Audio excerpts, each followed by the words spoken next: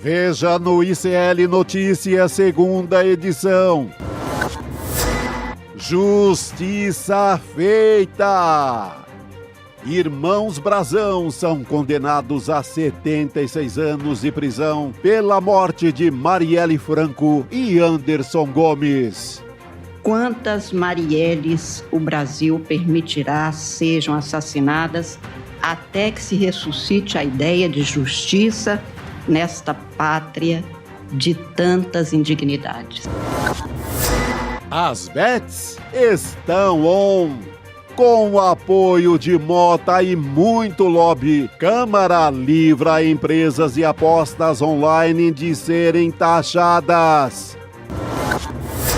Quem é que manda? Flávio Bolsonaro convoca a reunião para pedir apoio na campanha e colocar ordem nos comparsas de partido. De olho no Master. CPI do crime organizado aprova a convocação de Daniel Vorcaro e irmãos de Toffoli. O ICL Notícias, segunda edição, está no ar.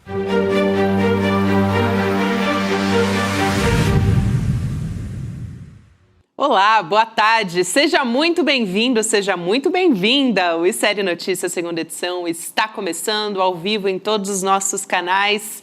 Nesta quinta-feira, aliás, quarta-feira, dia 25 de fevereiro de 2026. Ao meu lado já tem o Chico Sá, nesse dia tão importante, com uma decisão, Chico, que daqui a pouquinho vamos a Brasília para discutir essa cauda longa que a gente espera que tenha efeito. Gabi, uma decisão, a gente às vezes banaliza o termo histórico, mas essa sim é histórica. Com certeza. E eu só lembro que só foi desvendado essa história, só foi desvendada porque o Flávio Dino puxa a investigação para o plano federal e a PF vai e decifra todo o rolo do crime. Verdade. Se deixasse com a polícia, Ministério Público, com a turma toda do Rio, ali que é um pouco associada aos milicianos, jamais a gente ia saber, de fato, quem matou e quem mandou matar. É isso, Chico.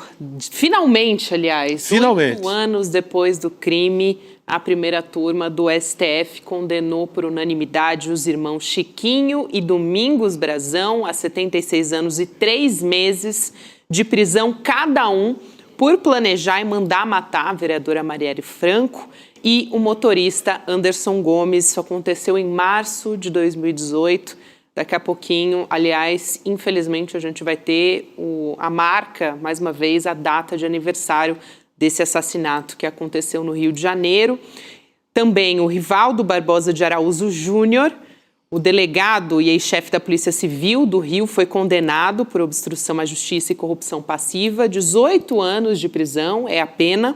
Os ministros consideraram não haver provas de participação do delegado no planejamento do crime, diferente do que apontava a acusação.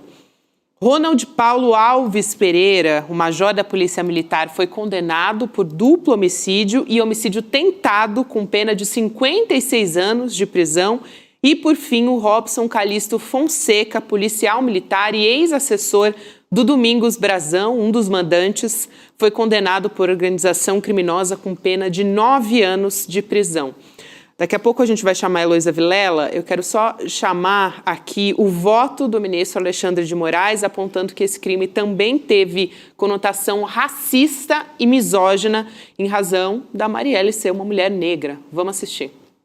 Assunto se juntou a questão política com a misoginia, com o racismo, com a discriminação.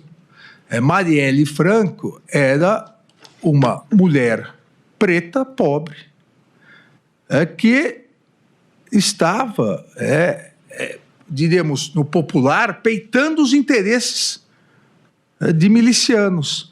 Qual o recado mais forte que poderia ser feito?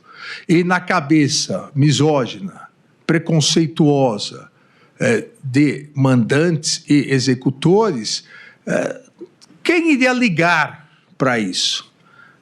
Uma cabeça de 100 anos, 50 anos atrás, vamos eliminá-la, e isso não terá grande repercussão. Elô Vilela, boa tarde para você. Boa tarde, Chico. Boa tarde, Gabi. Olha, excelente, fortíssima e importantíssima a fala do ministro Alexandre de Moraes, que guiou, na verdade, todo esse dia, né, de leitura de votos, porque ele foi o relator do projeto. Agora, eu teria começado com uma fala da ministra Carmen Lúcia, porque afinal de contas também, a gente está falando de misoginia. Não, só estou dizendo assim que, afinal de contas, a gente está falando de mulheres que, quando ocupam posições de poder, ou são alijadas, ou são assassinadas, ou são colocadas em segundo plano, não é verdade? Então, foi um dia, assim, muito forte, das falas todas muito fortes e de recados muito determinados para esse sistema de milícias de facções criminosas associadas a interesses econômicos, a controle de territórios no Rio de Janeiro e totalmente infiltrados na política. Você tem aí um deputado, não é? Você tinha aí um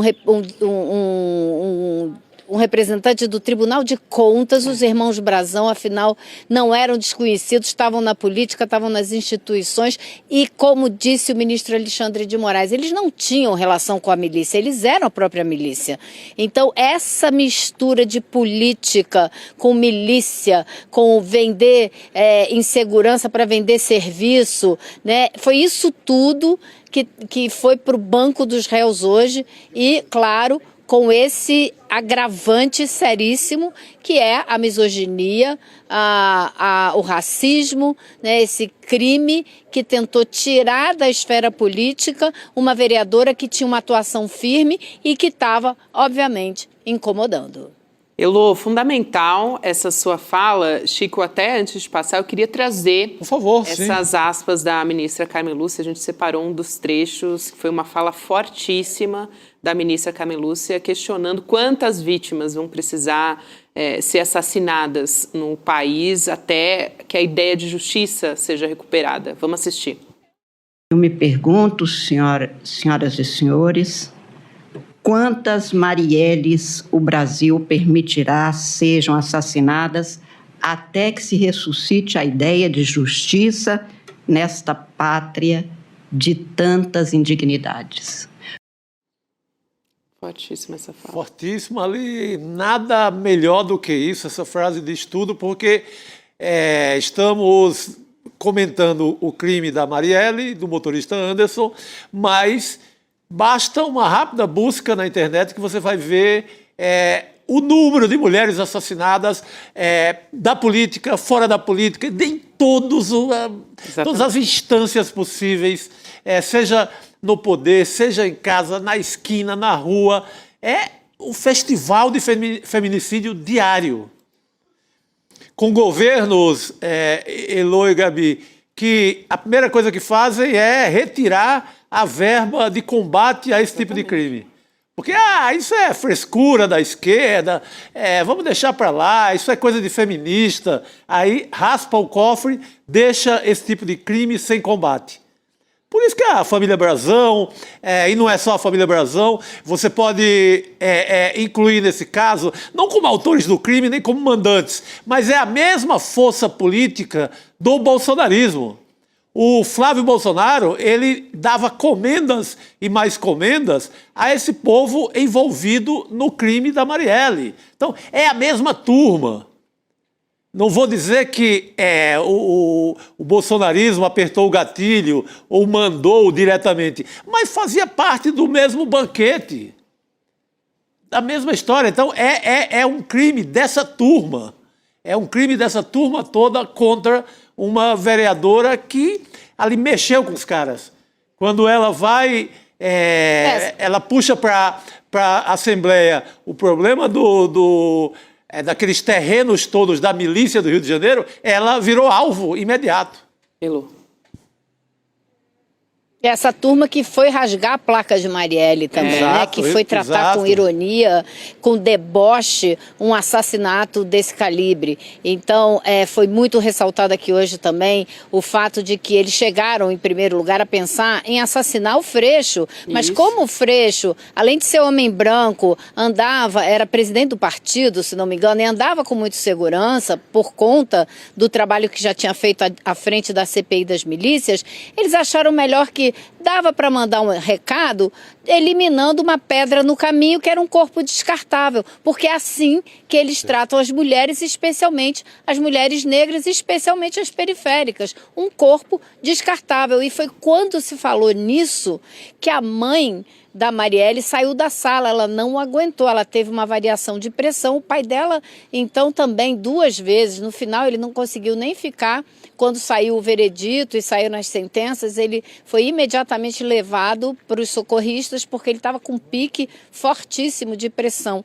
Então, porque você imagine, já é doloroso para qualquer pessoa que tem um pingo de senso de justiça ouvir uma coisa dessa, mas para uma mulher ouvir isso e para a mãe da assassinada ouvir isso, né, é muito difícil. Então, o que eu vi aqui hoje foi assim, foram vários momentos de uma dor muito intensa, apesar do resultado positivo, sabe, de um sentimento muito misturado, que até o deputado Chico Alencar falou exatamente a mesma coisa que eu pensei, escrevi até no artigo que eu escrevi pro nosso site, a mistura de uma vitória com derrota, porque não tem vitória depois da morte dessas pessoas. Não tem vitória você perder a sua mulher, você perder a sua mãe, você perder essa vereadora que prometia e que já estava fazendo tanto. Né? É um futuro, é um monte de coisa que ela ainda ia poder fazer e que não vai poder fazer. Então, a resposta melhor possível veio hoje, com esses 76 anos de cadeia para cada um desses irmãos Brazão. Até você falando da família da Marielle, Elo, acho que é importante aqui a gente trazer justamente a voz da irmã da Marielle, a Aniele Franco, que, assim como toda a família, também a esposa da Marielle, à época, sempre lutaram por justiça.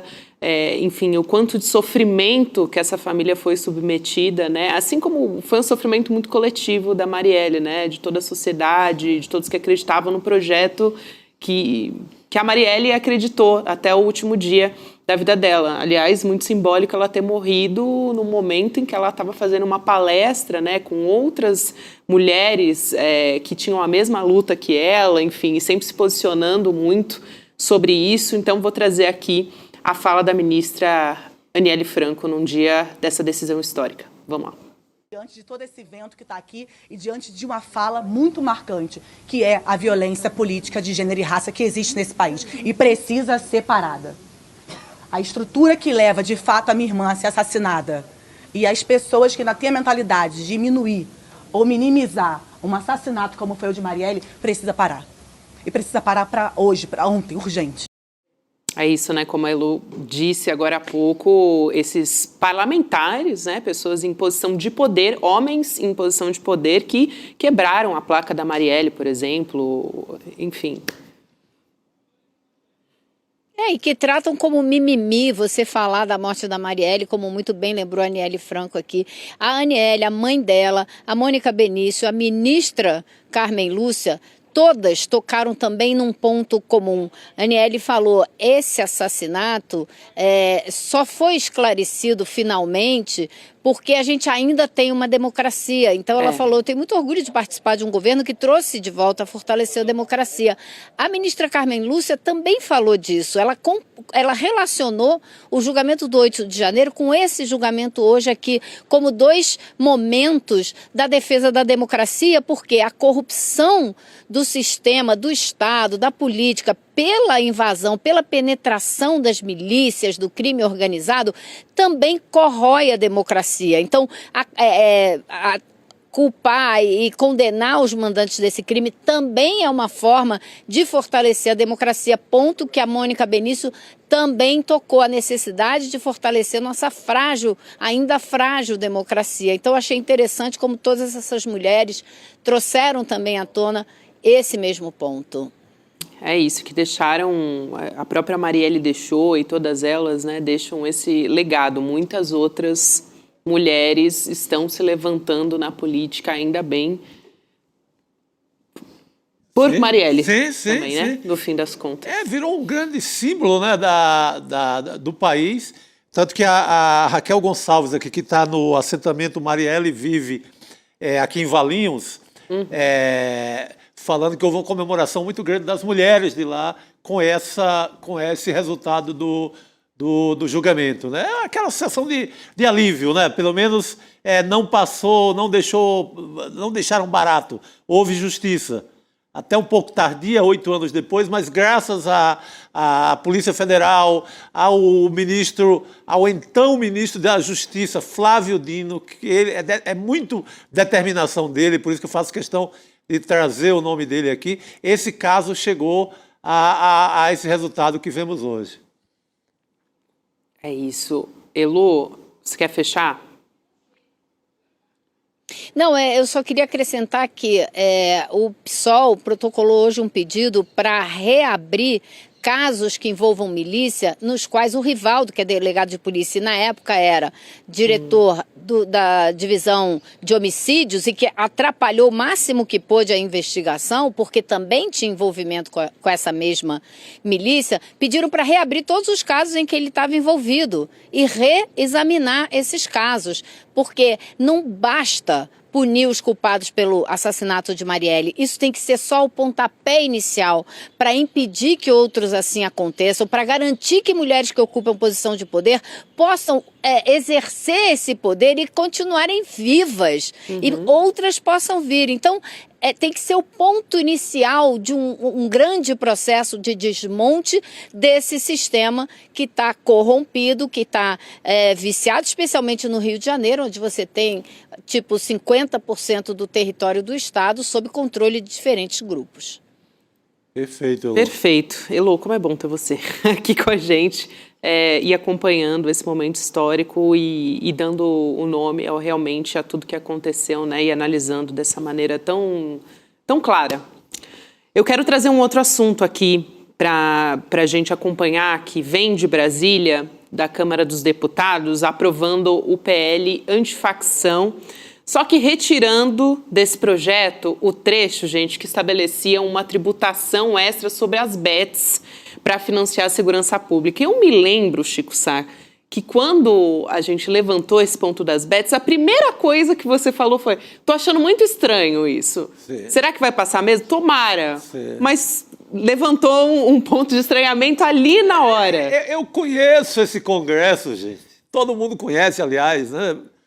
Só sai isso dali. Então, a criação da CID, que é a Contribuição de Intervenção no Domínio Econômico sobre apostas de cota fixa, deve ser discutida num outro projeto, a princípio, na casa. Essa taxa, que eu vou chamar aqui de CID-Bet, que caiu, ia resultar numa arrecadação extra de 30 bilhões de reais. O deputado do PT, Carlos Zaratini... Para a Polícia Federal, né? Para a Polícia Federal, que é quem está levantando tudo que a gente precisa ser levantado. Exatamente, Elô. O deputado do PT, o Carlos Zaratini, disse que foi um lobby criminoso das bets que venceu. A gente tem o trecho dessa fala e já volta a discutir. Vamos lá assistir.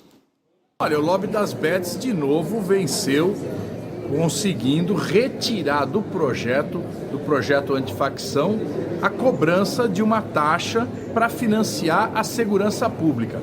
Veja só, o que nós estamos assistindo, que o Centrão, aliado com a extrema-direita, se juntaram para proteger as bets. Esse lobby das bets é criminoso. Além de tirar um dinheiro fantástico da população através do vício do jogo, agora eles conseguem impedir que uma parte disso retorne para que o governo faça o combate ao crime organizado. E depois da CPI das bets também, né, ela não ter dado em nada, agora vem mais essa. Não, e Gabi, Chico, não foi só o lobby das bets, foi um golpe que o presidente da Câmara, Hugo Mota, deu na Assembleia ontem, em todos os deputados, porque quando ele viu que estava se votando um destaque para impedir que esse ponto saísse do projeto, ele viu que ele ia perder, ele viu que o lobby das bets ia perder. Aí ele desligou os microfones, disse que já tinha sido aprovado, que estava resolvido e vamos embora. E os deputados ficaram lá pedindo contagem dos votos e ele não permitiu. Então, esse projeto, aí ele veio com a conversa mansa, de que vai fazer um projeto em separado para poder taxar as bets e o dinheiro ir para a segurança pública. Acontece que ele não vai e nem vai botar em votação. E a gente já está chegando em março e o Congresso tem pouco tempo de trabalho até começar a corrida eleitoral. Então, isso é conversa fiada para boi dormir e foi no tapetão. Os deputados estavam irados hoje com a manobra que ele fez para impedir que se votasse. Por quê? Porque ele viu que ia perder, porque pelo lado, né, da moralista, você consegue muitos deputados da direita para votar num projeto como esse, para cobrar das bets dinheiro para a segurança pública. Então eles estavam rachados, não iam conseguir tirar isso do projeto. Aí ele tirou no tapetão, por incrível que pareça ou não, né? Como a gente poderia prever. Imagina a derrama de dinheiro das bets que não foi, porque basta fazer as contas. Eles vão economizar quanto, Elô? 30 bilhões? 30 bilhões. 30 bi. Vão economizar 30 bilhões. Você pega ali, você compra fácil 200 deputados, assim, fácil. Junta 10 bets. Gente, dinheiro de bet é um negócio assim que é aos caminhões. Porque é o dinheiro mais fácil do mundo, porque é um dinheiro quase fruto de roubo. Porque não se ganha, ou quem joga não ganha. Vai ganhar ali numa coisinha ou outra para ser enganado, depois é engolido. As bets estão tirando dinheiro da mesa do trabalhador. Estão tirando pão, arroz, feijão ali todo dia. Tem casos e mais casos, é uma doença social. É a doença de saúde pública gravíssimo. Sabe? E essa gente... E você vai pensar, o que significa... O que significa 30 bi para eles e o que você faz com 30 bi na mão da Polícia Federal, sabe? Isso também é muito cruel, isso também é muito abjeto pensar nisso, né? Demais. Elô, obrigada por hoje, minha amiga. Bom trabalho por aí em Brasília. A gente se fala de novo em breve. Um beijo para você. Tá bom. Tchau, tchau. Boa noite, querida. Obrigado. A gente aqui está se reacomodando na nossa mesa redonda do N2, porque o Rodrigo Viana está chegando para falar sobre... Olha, Rodrigo, não sei nem por onde começar com essa notícia que você vai trazer agora aqui para gente sobre um impeachmaço da extrema-direita, né? Um novo alarde que está vindo aí por parte da extrema-direita. Isso faz parte do clima de eleição, né, Gabi? Eles estão atrás de duas coisas. Um grande escândalo, para poder carimbar no Lula, na família do Lula e tal, para tentar fazer o equilíbrio. Você tem um Bolsonaro preso, né? E daí você tem que ter um grande escândalo para tentar dizer assim, olha, essa eleição é a eleição que você tem a chance de tirar o PT, porque o PT é escândalo e tal. E a outra coisa é isso, né? Então, aliás, tem a ver com essa primeira, de você voltar com essa ideia de impeachment. Não tem clima para isso, é muito diferente lá do segundo governo da Dilma e tal, mas a extrema-direita está fazendo barulho. A gente vê do que eles são capazes, inclusive ontem com a nossa colega, com a Manu, no Congresso, atacando, né, a repórter do ICL, a extrema-direita, né? De maneira covarde, né? Canalha. Isso. Aquela covardia daquela macharada que ataca sempre as mulheres. Típico, né? Sempre as mulheres. O mundo do Bolsonaro naquele... ali naquela entrevista que ele fazia diariamente. Legado do Bolsonaro. Perfeito. Legado do Bolsonaro. Todo dia ele atacava uma mulher. A turma dele continua nesse mesmo serviço sujo até hoje.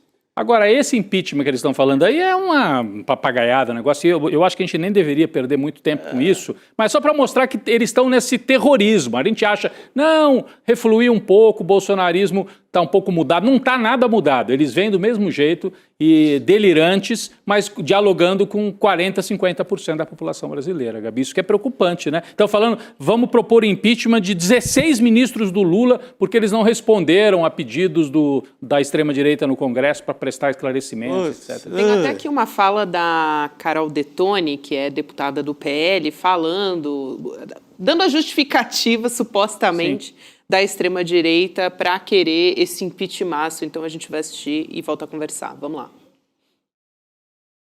Esses pedidos estão baseados em requerimentos de informação. 54 requerimentos de informação protocolados nos anos de 2024 e 2025 por mais de 20 deputados, questionando, pleiteando informações sobre o uso do dinheiro público, sobre políticas públicas, mas que, no entanto, não foram respondidos pelas pastas dos ministros de Estado do governo Lula.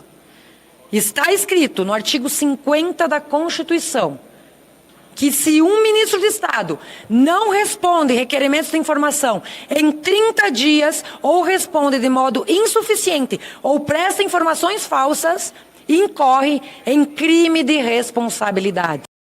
Aliás, uma coisa que eles estão tentando fazer, né, Rodrigo, é tentar abafar a treta da extrema-direita. Sim, esse também é um dos motivos para essa coletiva de hoje, né? Exato. E aí o Flávio Bolsonaro, né, o pré-candidato à presidência, ele está tentando conter as brigas internas, ou pelo menos publicamente dar esse recado que está tentando conter, né? Então, hoje ele convocou uma reunião do PL com os senadores e deputados, essa reunião aconteceu, ele quer que os membros do partido parem de dar declarações controversas, vamos dizer assim. Sabe aquela declaração que dá na cara, ou aquelas rusgas, farpas que eles ficam trocando em rede social, muitas vezes recado naquela saída de visita ao Bolsonaro da Nicolas, Papudinha. Malafaia, essa turma toda. Exatamente, exatamente. Então, ele quer estabelecer também uma hierarquia quando ele faz essa reunião, né? Dizer, sou eu que mando, sou eu que estou em campanha, o meu pai escolheu que eu seja candidato. Mas vai ser difícil, viu? Porque...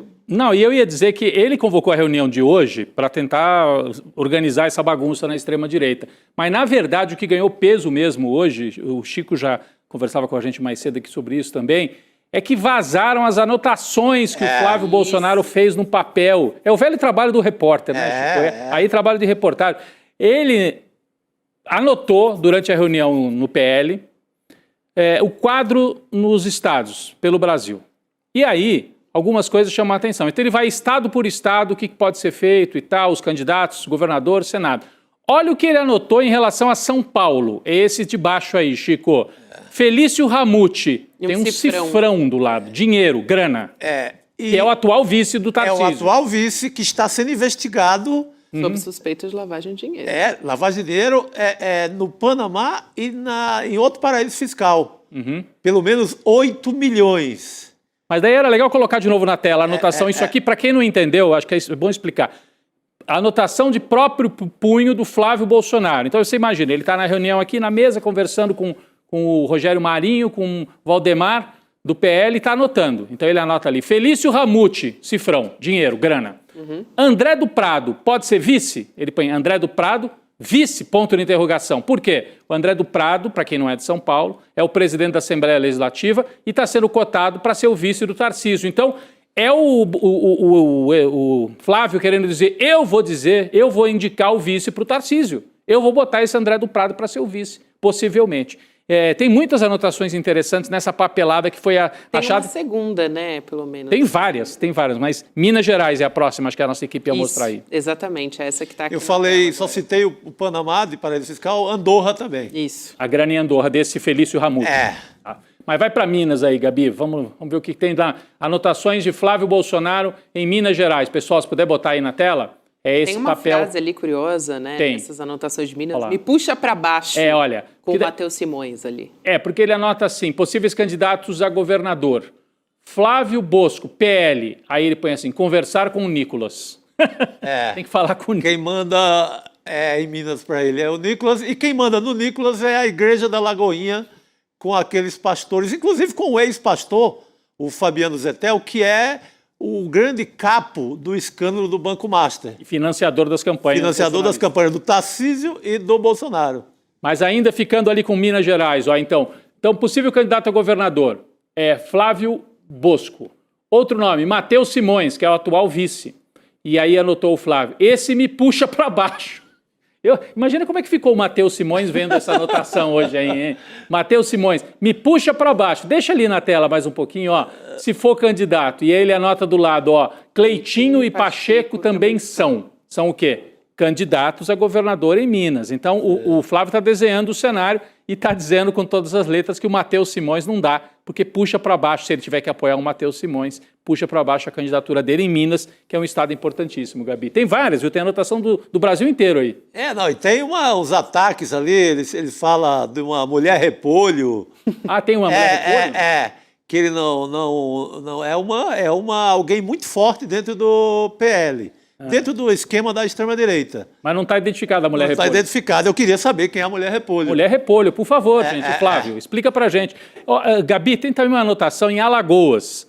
Em Alagoas, ele põe o nome do Arthur Lira. Não sei se nós vamos ter Alagoas aqui, porque é que eu fui lendo aqui, mas eu descrevo para vocês. Lá está escrito Arthur Lira, entre parênteses, JB. O que quer dizer isso?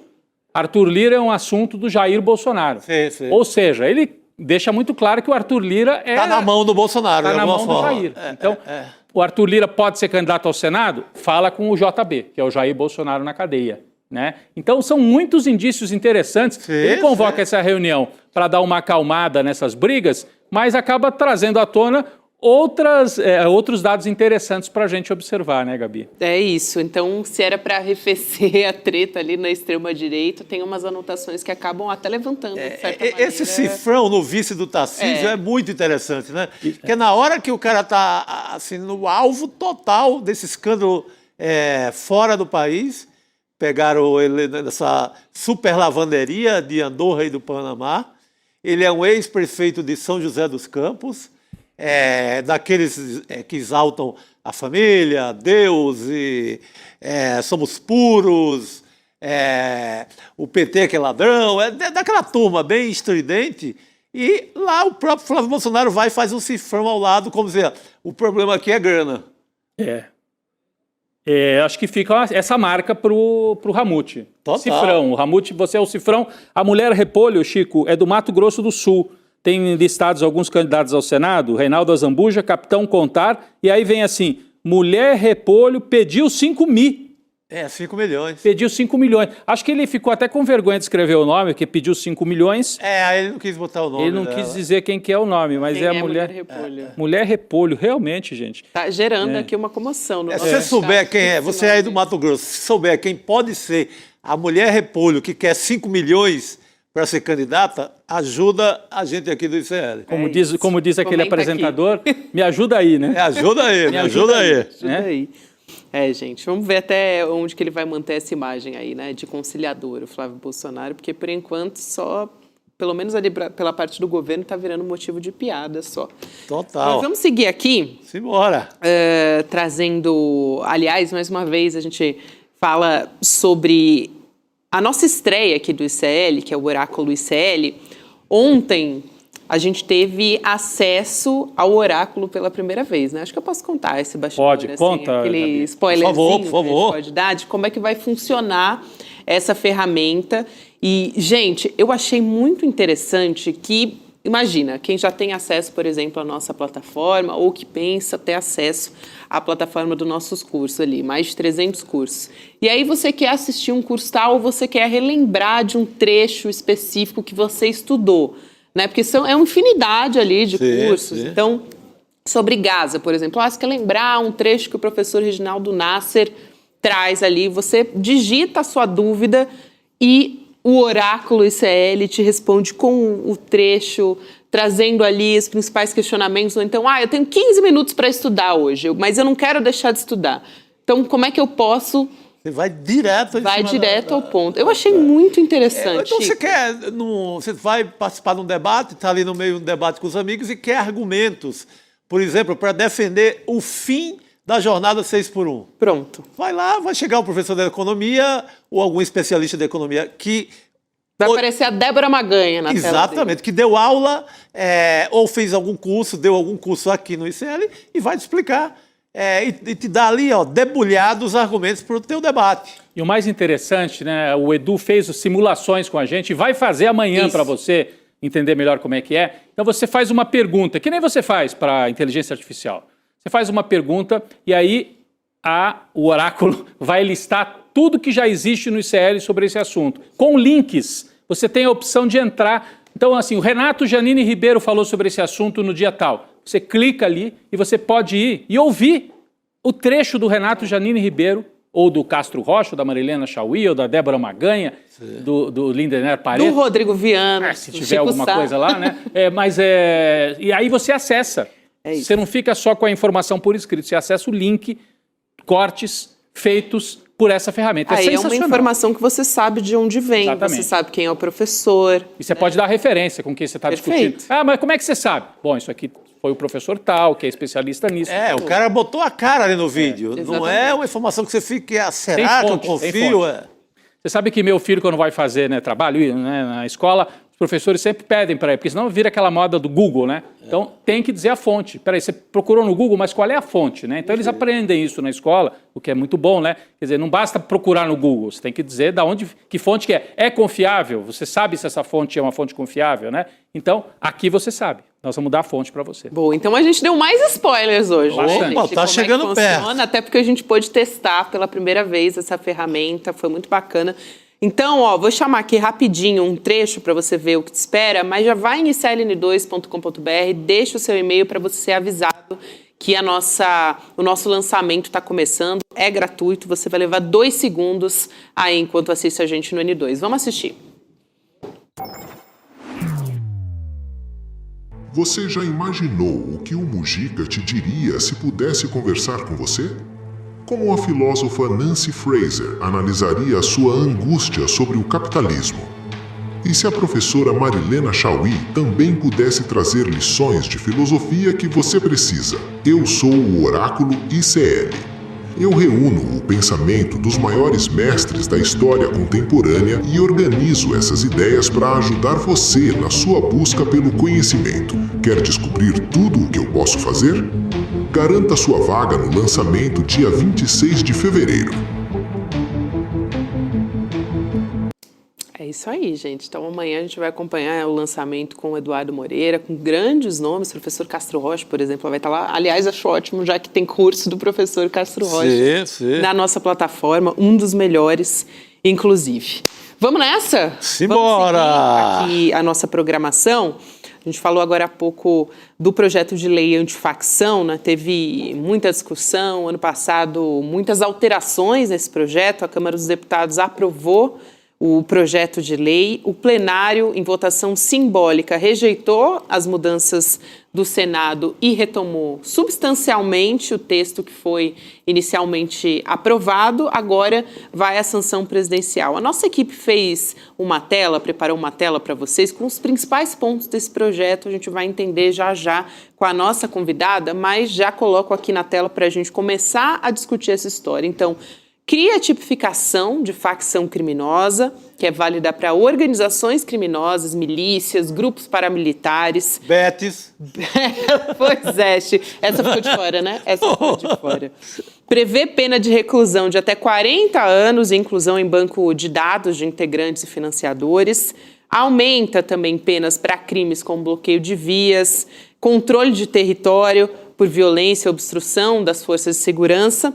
Facilita a decretação da prisão preventiva, autoriza bloqueio e apreensão de bens de pessoas ligadas a facções, esse foi um ponto muito discutido no ano passado.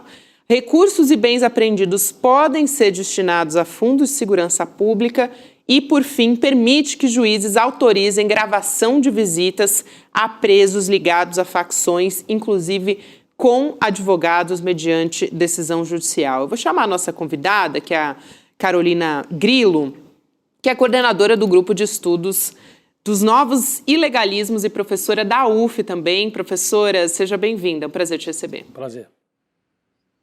Olá, boa tarde, boa noite essa hora já. Boa noite. É um prazer estar aqui, obrigada pelo convite. Professora, eu já quero te perguntar da maneira como foi aprovado e encaminhado para a sanção esse projeto, o PL antifacção. Quais são os pontos ali que, na sua concepção, são os principais avanços e os mais controversos e de retrocesso também? Bem, primeiro é importante frisar que o texto hoje se encontra muito melhor com relação a como ele já esteve antes. Esse texto passou por muitas negociações. Toda vez que se fala num aumento de pena, e no endurecimento penal, no recrudescimento do combate ao crime, há sempre um risco muito grave disso promover uma série de violações contra garantias constitucionais. Então, nesse sentido, o texto atual, ele permitiu alguns avanços em relação ao texto anterior, porque há nele um cuidado maior em relação, por exemplo, penas para bloqueio de ruas, controle de territórios, havia margem, por exemplo, para criminalização de movimentos sociais, de manifestações de rua por realizarem bloqueios. Então, há um cuidado maior nesse texto para que não haja um uso desse projeto de lei, para que depois ele seja empregado para outras finalidades, né, e violem garantias constitucionais, por exemplo, de movimentos sociais. Então, há um cuidado maior. Há um cuidado maior também com a questão, com um ponto que é o mais importante, acredito eu, com relação a esse projeto de lei, que é a questão da intervenção nas empresas, nas pessoas jurídicas, com envolvimento com o crime organizado. Houve um cuidado maior em como vai ser essa intervenção e como vai ser o bloqueio de bens, a intervenção nas empresas e também com relação à captura desses ativos e desses bens, aonde eles vão ser destinados. Então, houve um detalhamento maior de certas ações.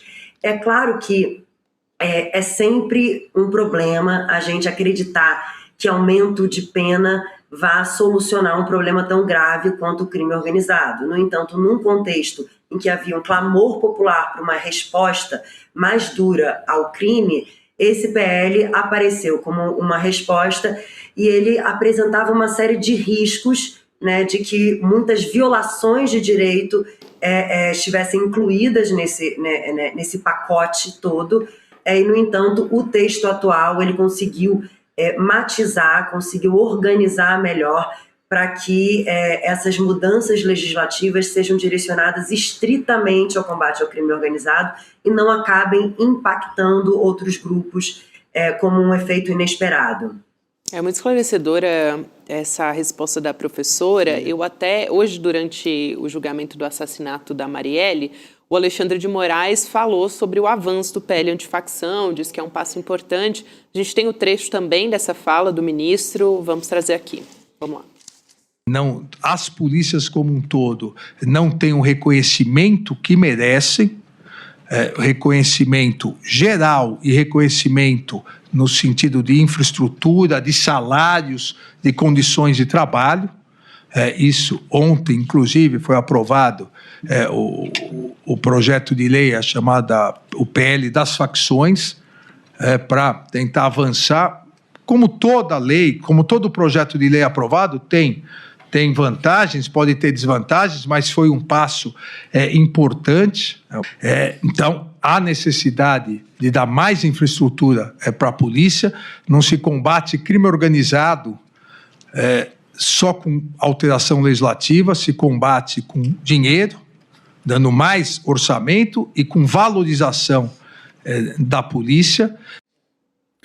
Professora, temos aí a fala do Alexandre de Moraes e a senhora destacou alguns pontos positivos e que o projeto acabou ficando melhor do que estava sendo debatido no início, na tramitação na Câmara dos Deputados. No entanto, a gente sabe, ele saiu da Câmara, foi para o Senado, do Senado voltou para a Câmara.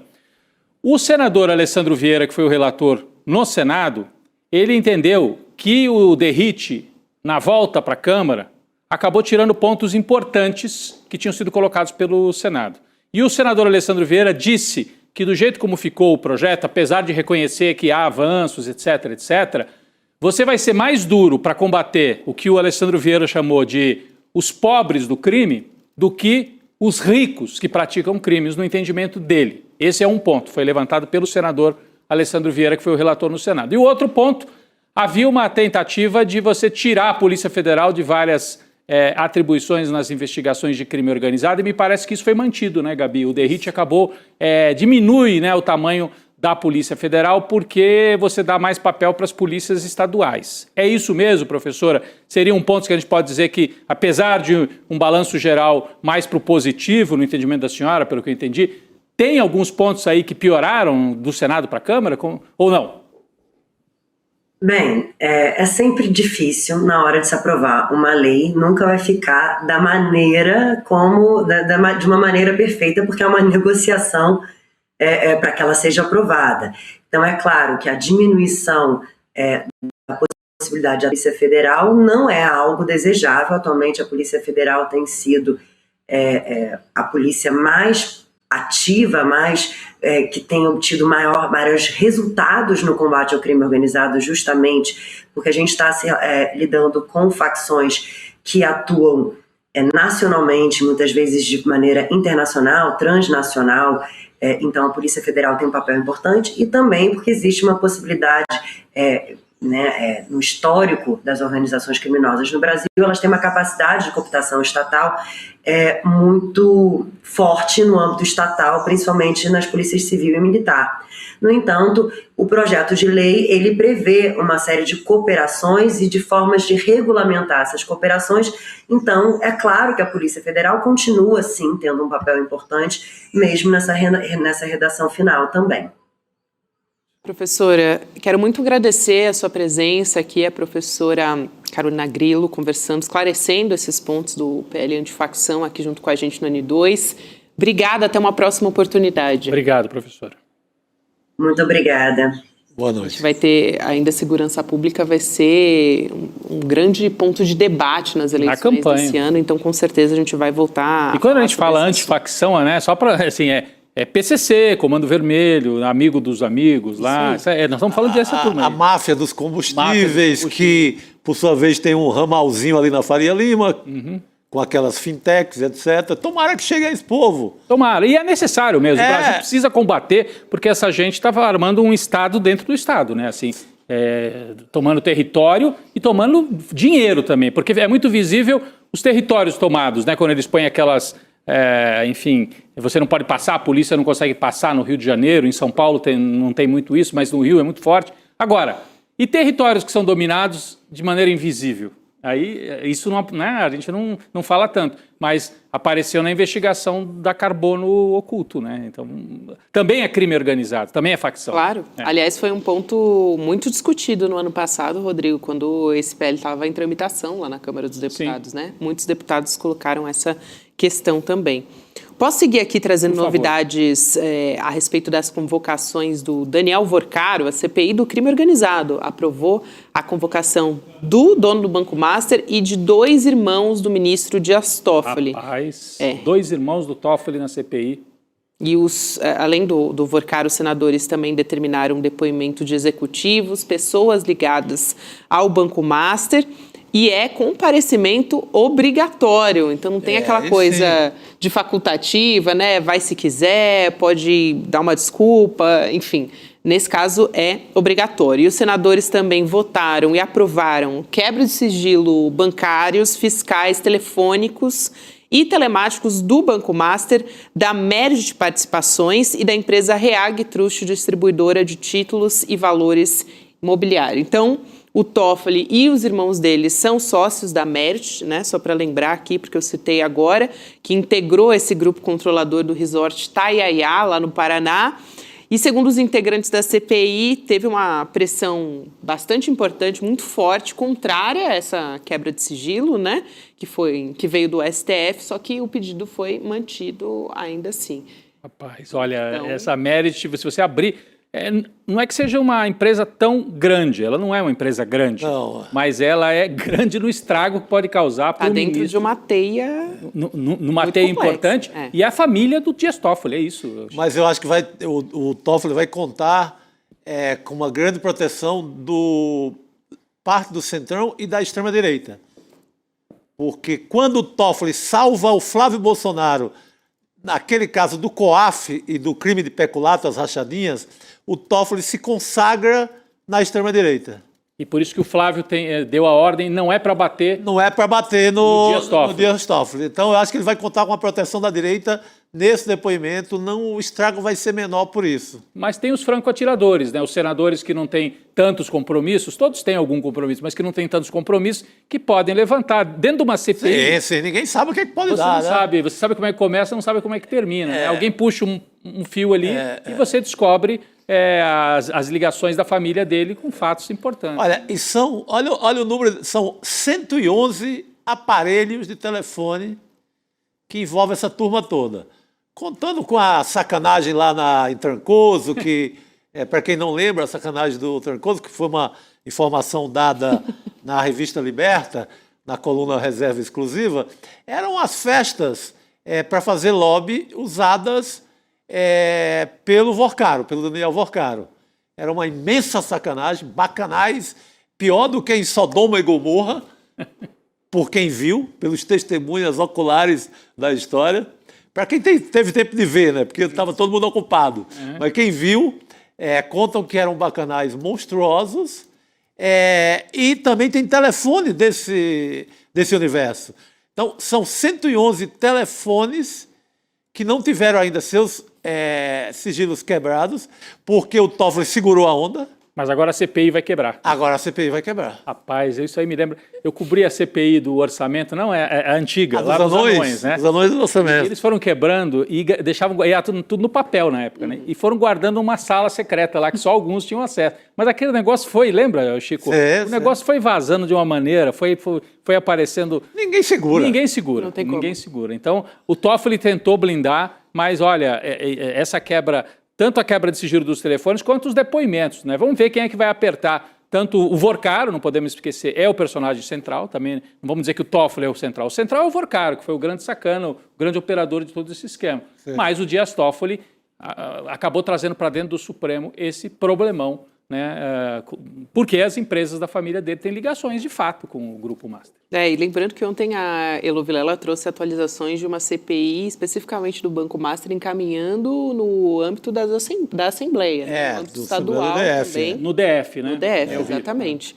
Então, ontem a Elo trouxe essa atualização importante. No âmbito da Câmara, né? A gente falou, claro, aqui da Câmara Federal, a gente falou aqui da CPI do crime organizado, mas existe uma pressão e também assinaturas que já foram coletadas para uma CPI, especificamente sobre o Banco Master, né? O escândalo financeiro que até agora não saiu do papel, e o Arthur Lira meio que está empurrando com a barriga, né? O presidente da Câmara até agora não colocou em votação. O Hugo votação, Mota. Não.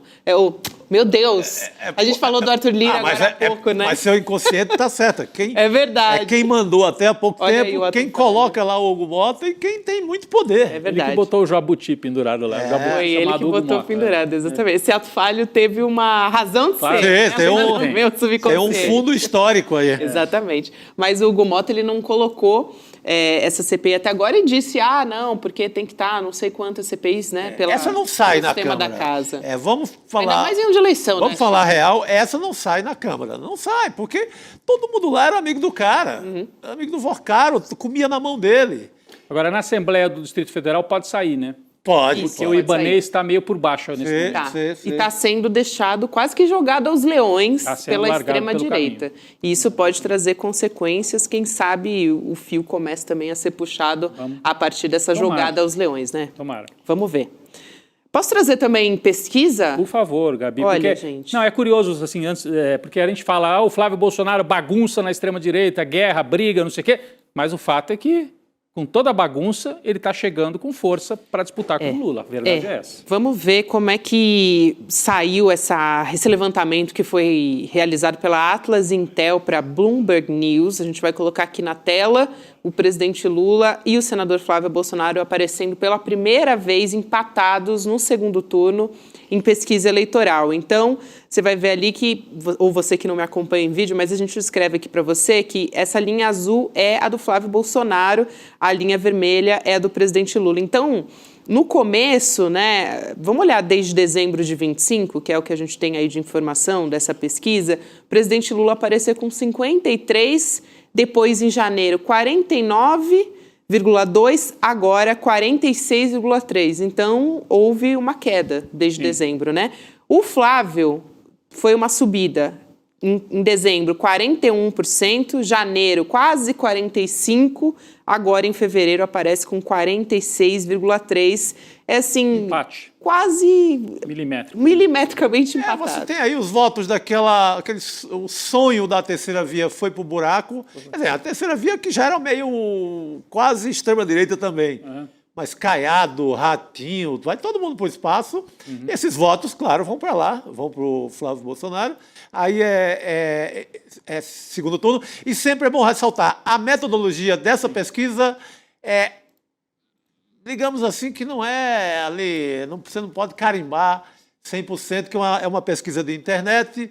Quanto mais militante você for, você corre para responder. Exato, eles fazem uma espécie de... Aparece para você também, né? Aparece para todo mundo, direto. toda hora. Eu já preenchi, inclusive, é uma espécie de pescaria. Você está ali parado no seu Instagram e vem aqui. O senhor quer dizer a sua opinião na eleição de 2026? Quem está preocupado com outro assunto, passa, não vai responder. Quem gosta de política ou é engajado, responde.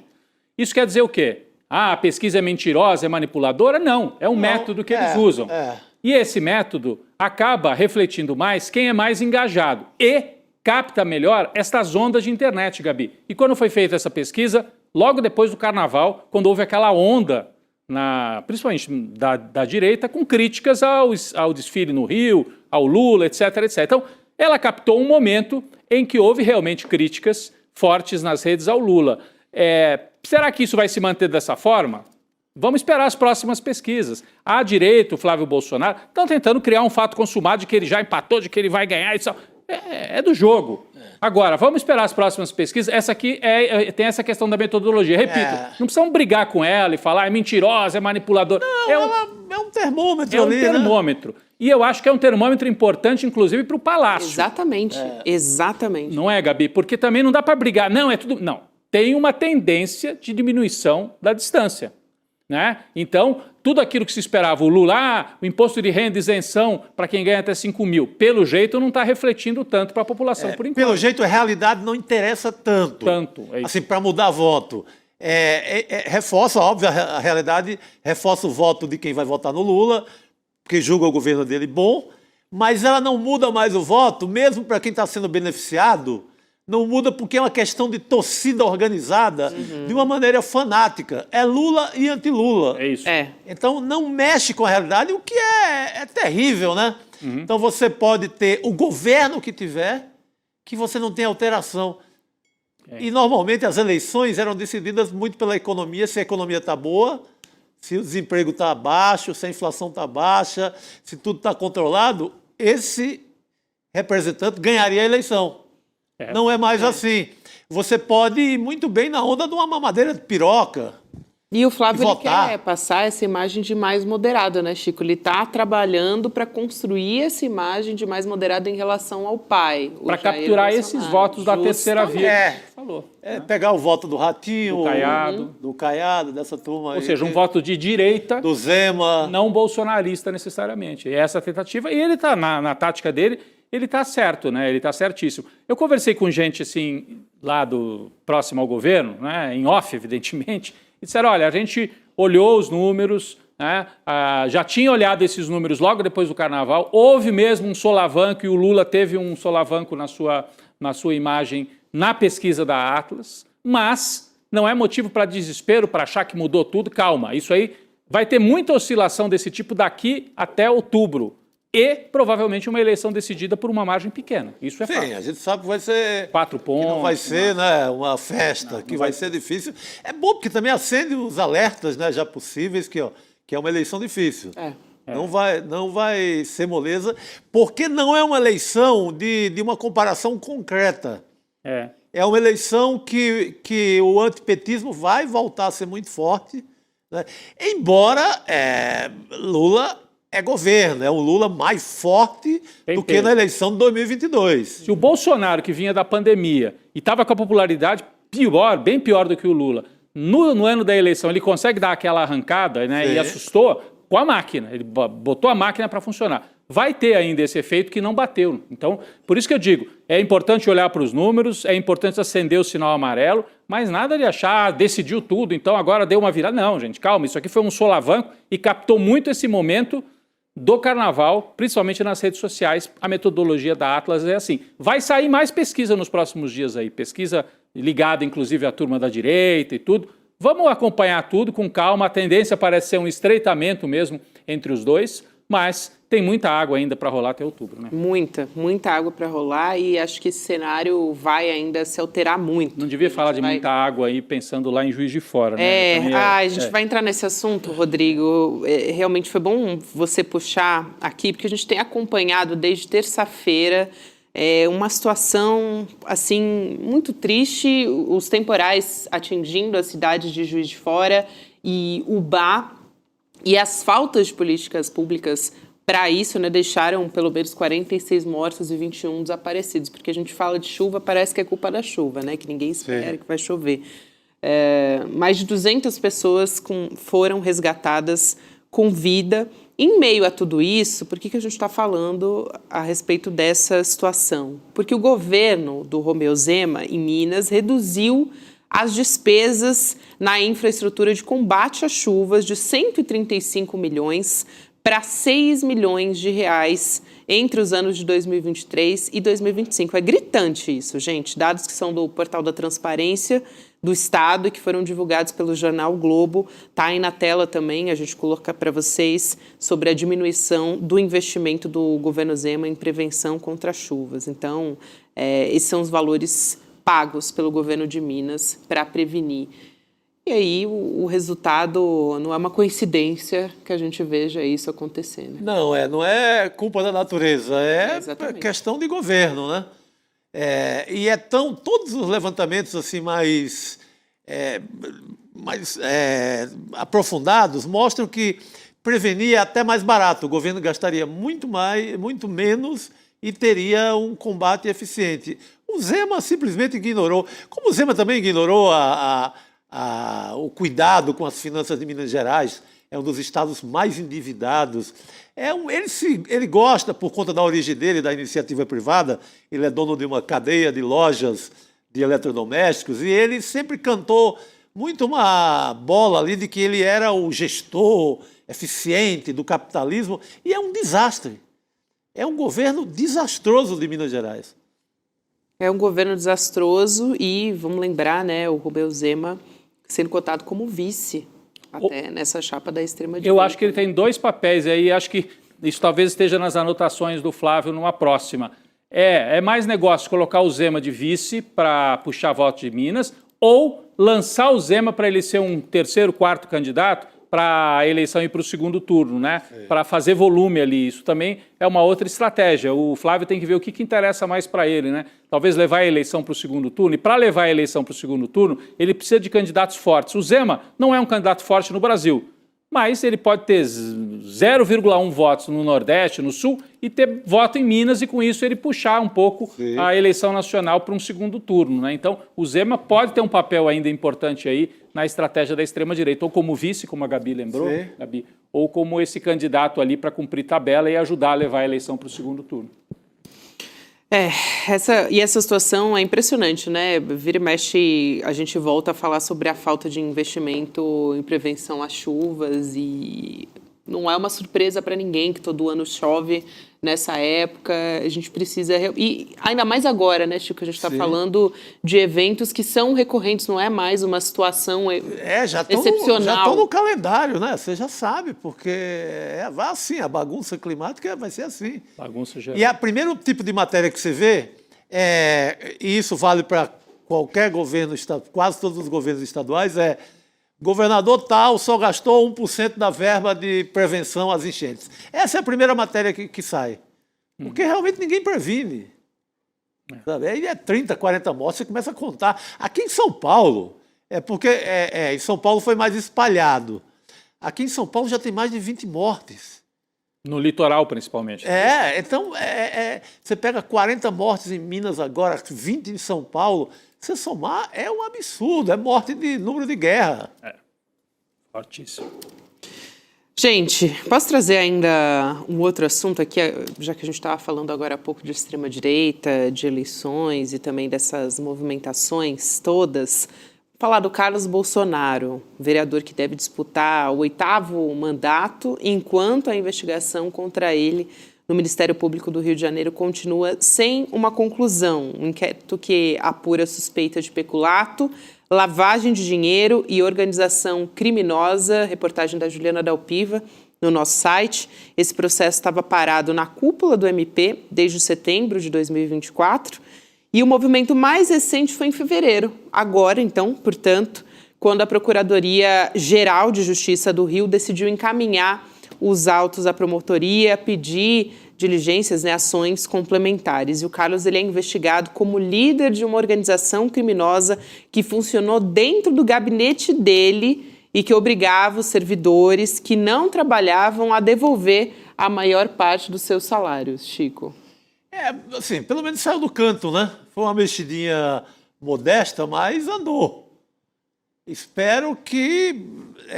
acabamos de ter aí o exemplo do caso Marielle, que é um caso que mostra que o poder judiciário por inteiro e somado a isso o Ministério Público não trabalharam como deveriam trabalhar. E a polícia, no caso do delegado Rivaldo. Então, a gente está com uma imagem na cabeça de que nada no Rio, em termos de apuração de crime, anda. Nada sai do canto. Esse caso do Carlos Bolsonaro está indo nesse sentido. Muito devagar, mexe um pouco para cá, um pouco para lá, e era um caso que já deveria estar escancarado. Porque a gente chama de rachadinha, parece uma coisa romântica. Parece, o Carlos, o menino danado, andou tirando um dinheirinho ali do seu gabinete. Olha, o menino pegou uma graninha ali. Não é, gente, é roubo de dinheiro dos funcionários. Menino maluquinho. O menino maluquinho pegou um dinheirinho ali do seu gabinete na Assembleia. Não, ele pegou dinheiro dos funcionários. É peculato o nome real da parada. E o caso parado desde 2024, Rodrigo. E o Carlos quer uma vaga no Senado de Santa Catarina. Até tirou ali a vaga que era da Carol Detone a princípio. Né? Agora voltou, né? Agora aí depois voltou. Quem dançou foi o Espiridião Amin. O Espiridião Amin que dançou também, porque aí eles querem recuperar, né? É um presente do Rio de Janeiro para o povo de Santa Catarina. Os catarinenses. Aliás, achei quase que uma humilhação, né? Assim, para os catarinenses? Não, para Carol Detone, né? Porque no primeiro momento ela foi desprezada. Agora quem foi humilhado foi o Espiridião Amin, veteraníssimo da política, espirrado da chapa. E assim, se quiser, concorre aí e vê o que acontece com você. Né? Largaram o Espiridião Amin no meio do caminho. E, então, quer dizer, não adiantou nada ficar defendendo o bolsonarismo, fingindo que era Bolsonaro. Ele nem era bolsonarista, ele sempre foi de direita. Mas ele tentou fazer um serviço sujo agora no Senado para salvar o Bolsonaro, para diminuir a pena. Não valeu a pena, senador. O senhor é tão experiente e caiu nessa arapuca. E agora a chapa, pelo menos foi anunciado pelo PL, Carol Detone e o investigado Carlos Bolsonaro, investigado pelas rachadinhas. E a família inteira, né, fez rachadinha. O Carlos Bolsonaro na Câmara, o Flávio Bolsonaro na Assembleia, o Jair Bolsonaro na como Câmara Federal. Então, isso aí é um know-how que eles foram usando em família em várias instâncias. E vão usar no Senado, vão usar em todo lugar. Né? Impressionante. É o know-how da família. E com isso compraram imóveis, como narra a nossa colega Juliana Dalpiva no livro. A Juliana tem um detalhe que está hoje na matéria dela, que a gente esquece desses detalhes pitorescos, de como o Flávio e o Carlos Bolsonaro eles usavam o mesmo cofre, eles dividiam família unida, né? Dividiam o mesmo cofre. Então essas granas de... Literalmente, um cofre mesmo? Um cofre. Essas granas todas iam para o mesmo cofre. E daí que sai, desse mesmo cofre, que sai a grana vivíssima pulando ali para a compra dos tais 50 e tantos imóveis. É desse cofre que sai para a compra para formar a chamada imobiliária Bolsonaro, né? 100 imóveis, mais de 100 imóveis. 107 no total, né? Incluindo a mansão do Flávio em Brasília, jamais explicada, porque não tem origem de dinheiro para comprar aquela mansão. Isso não tem. Então, veio provavelmente desse dinheiro vivo aí, guardado no cofre. Exatamente. Rodrigo, eu queria ainda, já que a gente está falando de dinheiro, aqui trazer um outro assunto. Daqui a pouco a gente vai falar de outras notícias internacionais. Aliás, cenário muito movimentado internacionalmente, mas a gente vem falando dos penduricalhos aqui no ICL Notícias. O STF vai retomar amanhã esse julgamento, né? Análise da decisão, na verdade, individual do ministro Flávio Dino. Ele suspendeu o pagamento dos penduricalhos nos 3 poderes. Aí, na sessão de hoje, o Dino falou sobre isso, detalhou ainda mais a decisão dele. Aí, o Gilmar Mendes, na sequência da fala do ministro Flávio Dino, apresentou um relatório em que ele decidiu que o Judiciário e o MP só podem pagar os penduricários previstos em lei federal. Foram ouvidos também representantes de associações que envolvem magistratura, e a sessão terminou com as considerações do PGR, o Paulo Gonet. Essa história é importante porque ontem a gente estava aqui falando sobre uma regra de transição, né, Rodrigo, para esses casos dos penduricalhos. Então, o Congresso quer, de qualquer maneira, implementar os penduricalhos que deixariam esses funcionários com um salário acima do teto constitucional. Isso é uma vergonha, né? Eles querem legalizar o penduricalho. É lamentável, né? Poxa, 46 mil tá bom, né? É um abuso num país tão desigual você querer manter esse penduricalho acima de 46 mil, o que leva a desembargadores, como o caso agora no Rio Grande do Norte, ganhando quase 400 mil. Pô, é abusar demais, né? E não tem regra de transição. Se eu estou matando a Constituição, se eu estou descumprindo a Constituição, eu sou beneficiado com uma regra para continuar na sacanagem? É demais. É isso aí, gente. Vamos para os nossos assuntos internacionais? Tem então, assunto quente de hoje, hein? Acabou de sair essa notícia, gente. Militares cubanos mataram 4 pessoas que estavam numa lancha com matrícula da Flórida, nos Estados Unidos, depois de um confronto em águas territoriais de Cuba. Informação que veio do Ministério do Interior cubano. Ao jornal The New York Times, uma autoridade do governo dos Estados Unidos disse que a embarcação é uma lancha civil usada por pessoas que desejam deixar Cuba. Segundo o oficial, também o barco não tem nenhuma relação com as forças dos Estados Unidos. Essa notícia acabou de sair aqui na imprensa, nas agências internacionais também, o professor Leonardo Trevisan. E as autoridades cubanas falam que responderam a tiros, que dessa lancha partiram tiros contra eles. Foram trocas. Contra as forças policiais de Cuba. Os cubanos atiraram e o pessoal que estava na lancha atirou de volta, foi isso? Não, a lancha atirou. Segundo a versão de autoridades cubanas. Então acabou de acontecer. Acabou de acontecer. Mas importante, não era uma lancha, não era um barco militar, né? Era um barco que provavelmente ia fazer transporte de cubanos que queriam migrar para sair do país. Isso é o que está colocado, gente. Pode ser a criação de um fato aí para gerar uma crise também. O Trump está... o estopim. O Trump pode estar provocando o começo dessa situação. Ele já mata Cuba diariamente, né, com sanção. Agora quer matar mais aprofundadamente. Vamos entender com o professor Leonardo Trevisan, professor de Relações Internacionais, que está chegando aqui. Professor, boa tarde. Já não falta pretexto também para os Estados Unidos interferirem, fazer intervenção de alguma maneira em Cuba. Então, com essa notícia, cresce essa apreensão também de alguma forma, né? Boa tarde, boa noite. Boa noite. Boa noite, Gabi, boa noite, Rodrigo, boa noite, Chico, boa noite a todos que nos escutam, né? Eu divido mais ou menos a mesma preocupação que o Chico mencionou, né? Até onde tudo isso vai tomar uma outra proporção que não tem uma proporção exata, que foi o que até agora está noticiado, que eu também estou ouvindo a notícia nesse minuto, né? Que é uma atitude de militares cubanos contra uma pequena lancha com pessoas que estavam pretendendo deixar Cuba, até onde a gente pode entender da situação, né? É evidente que isso pode tomar um outro sentido, né? Pessoas que estão fugindo de Cuba geralmente procuram fugir em silêncio, não vão atirar nos militares cubanos, né? Eu divido com você, Chico, uma certa preocupação de que isso pode ter consequências bem maiores, né? É claro que também Trump está à procura de um pretexto para uma situação mais forte contra Cuba. Está mais ou menos claro que Cuba vai suportar a tensão toda do bloqueio para a chegada de petróleo em Cuba, né? Isso, o ministro do Interior russo já esteve em Cuba. Há uma probabilidade de um desembarque humanitário de petróleo até para hospitais, escolas, mínimos em Cuba. Tudo isso pode acontecer, né? O fato real é porque dessa perseguição, porque dessa pressão inédita sobre Cuba, né? Nós já discutimos isso aqui algumas vezes. Não há episódio Venezuela. A Venezuela era o grande fornecedor do pouco petróleo que Cuba precisa. É inacreditável. Cuba consome por dia de 70 a 80 mil barris de petróleo. Ela consegue produzir em torno de 30 mil, 40 mil barris de petróleo às vezes. Ela precisa da outra metade, né?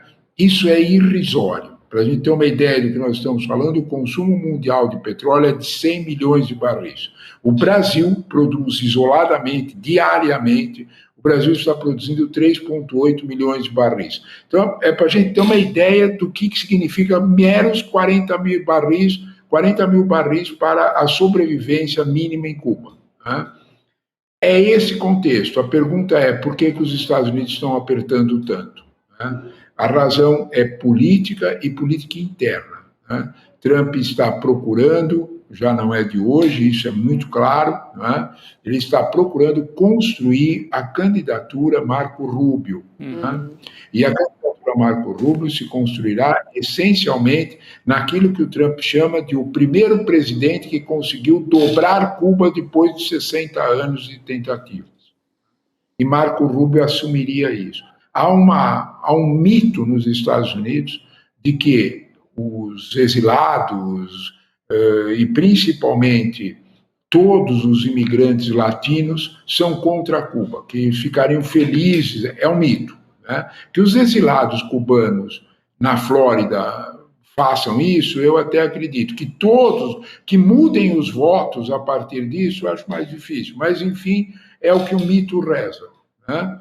E aí, a partir disso, Trump teria vantagens eleitorais já na eleição de novembro e Marco Rubio se cacifaria como o grande candidato. A troca é exatamente essa, né? E seria o primeiro, se der certo, né, professor, seria o primeiro presidente de origem latina, né, como eles dizem lá, o primeiro não, vamos dizer, o primeiro não anglo-saxão. Não, bom, você teve o Barack Obama, que tem uma outra origem, mas de origem latina, então você seria o primeiro, né, o Marco Rubio, não é? Exatamente. Agora, o problema, na verdade, está nas ideias que Marco Rubio defende. Em alguns momentos, Marco Rubio está à direita de Trump. Ele não está tão à direita de Trump quanto Vance, mas ele está à direita de Trump, principalmente nas questões sobre a América Latina. Ele tem posições muito duras, né? Quem tem alguma dúvida sobre isso, observe que os conselhos de Marco Rubio, a visão de Marco Rubio, né, era tão violenta que Trump encontrou um outro emissário para negociar por aqui. Vocês devem lembrar de Richard Glenn, que era o emissário que Trump mandou para cá para conversar, inclusive até oficialmente, com o vice-presidente Alckmin, né? Então, porque, de fato, Marco Rubio tem uma visão bastante radicalizada.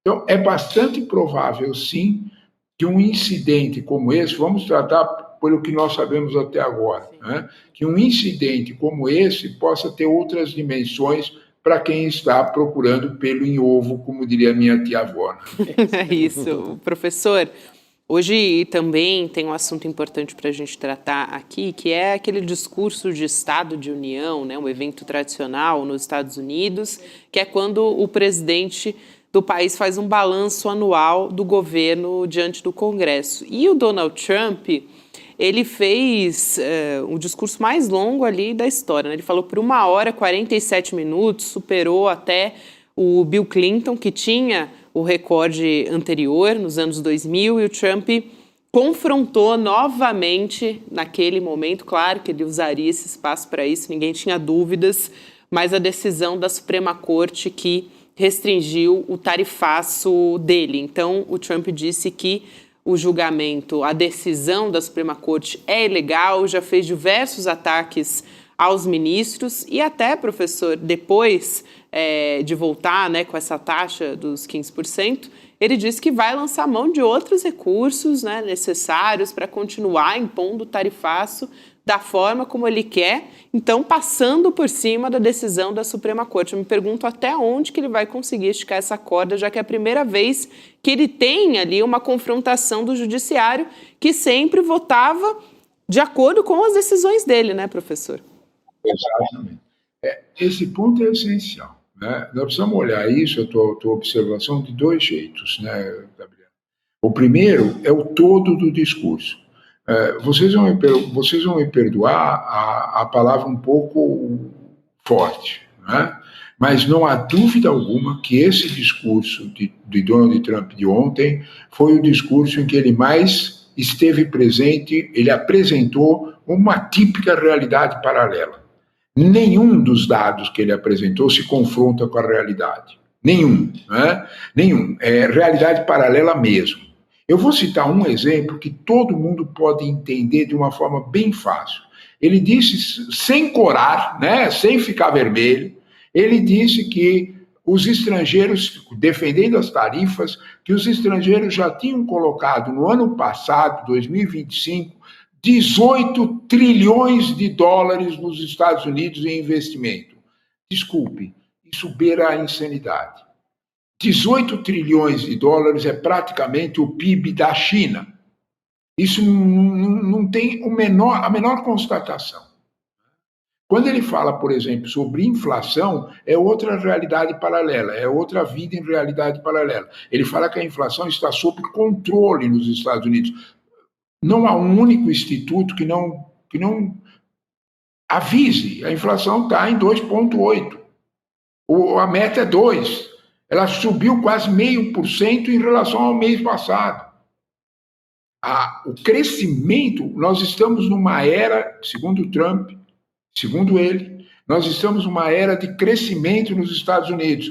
O Departamento do Tesouro americano avisou que o PIB do último... Veja bem, Departamento do Tesouro avisou que o PIB do último trimestre do ano passado foi apenas 1,4%, o que derrubou o PIB do ano inteiro dos Estados Unidos para 2,2%. É o mais baixo índice nos últimos 10 anos.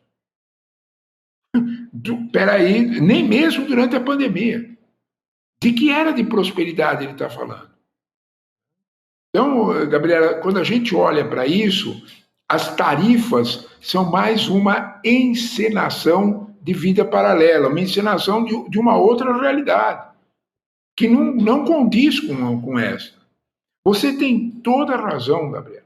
A Suprema Corte atendeu a todos os desígnios políticos de Trump. Eu vou lembrar apenas alguns, né? Primeiro de tudo, ela cacifou Trump com uma proteção inédita. Qualquer crime que ele cometer, ele não responde. Se ele matar alguém, ele não responde, ele só vai responder depois que sair da Casa Branca. Segundo, ela afiançou, a Suprema Corte afiançou todos os atos proibindo os juízes federais de discutir decisões do Executivo. São só os tribunais de apelação que podem. Terceiro, ela permitiu deportação para outro país. Isso não existe. Você não pode deportar alguém a não ser para o seu país de origem. Ela reconheceu problemas em quem nasce nos Estados Unidos filho de imigrantes. Não pode não ter a nacionalidade. Ela discutiu exatamente isso. Tudo que o Trump pediu em termos políticos, ele recebeu.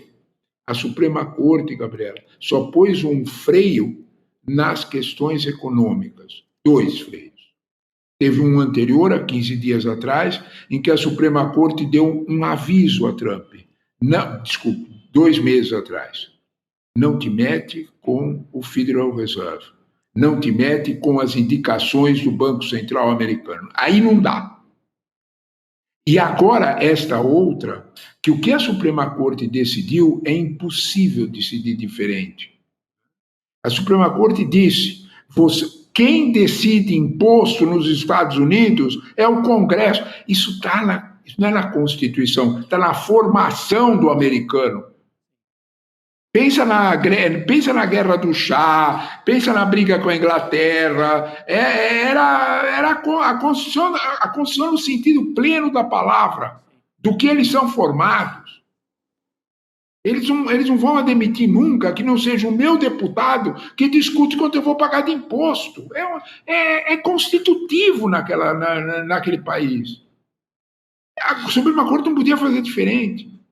Ele não podia dizer com uma lei de estado emergencial. Ele já usou a emenda 232 e a emenda 122, para fazer taxações especiais. Por exemplo, você tem uma tempestade em determinado estado americano, você não pode aproveitar para vender mais caro para aquele estado, coisas assim. Ela tem prazo de validade, ela dura 150 dias. Aí teria que passar pelo Congresso. Se não esquecer isso, vai pisar na bola. Então, na prática, quando nós estamos olhando para o discurso de Trump, é um discurso fora da realidade. E segundo, é um discurso que, de nenhum modo, a não ser que os Estados Unidos abandonem as regras constitucionais. Me parece que isso não vai acontecer. Professor, muito obrigada. Bom ter você sempre aqui com a gente para analisar esse contexto internacional que está sempre muito quente quando se trata de Estados Unidos. Não tem outro jeito. Obrigado. Não tenha dúvida. O Trump consegue transformar em previsibilidade na nossa vida diária, às vezes 2 vezes por dia. Ou mais, professor, é isso. Se colocar na conta, a gente consegue até superar. Obrigada. Professor Leonardo Trevisan aqui com a gente no N2. E, pessoal, quero trazer uma informação, a gente precisa fazer uma correção aqui, porque agora há pouco nós falamos que o governo de Minas Gerais, o Romeu Zema, reduziu o investimento na infraestrutura de combate às chuvas de 135 milhões para 6 milhões de reais entre os anos de 2023 e 2025. Está correto, só que o que nós mostramos na tela eram os valores empenhados nesse período. Então, para você que observou a tela, estava acompanhando a gente por vídeo, e aí os valores empenhados nesse período passou de 172 milhões para 8 milhões de reais. Então, fazendo de qualquer maneira, uma redução brutal, né? Seja no empenhado, seja no efetivamente previsto ali no orçamento, houve uma redução brutal no combate às enchentes, nas verbas, né, destinadas pelo Zema para combater enchentes em Minas Gerais. É isso aí. Hoje, quarta-feira, é dia de provocação histórica, já que a gente estava trazendo o tema internacional, ninguém melhor do que um convidado como Jamil Chad, nessa quarta-feira. Citado hoje no julgamento da Marielle. Pelo Zanin. É isso aí, uma história da distopia americana. É o tema da entrevista dele para o... Lindener Paredes. Lindener, é isso. Uma provocação histórica. É um livro, né, dele também, né, sobre a... Enfim, um dos tantos, né, Rodrigo?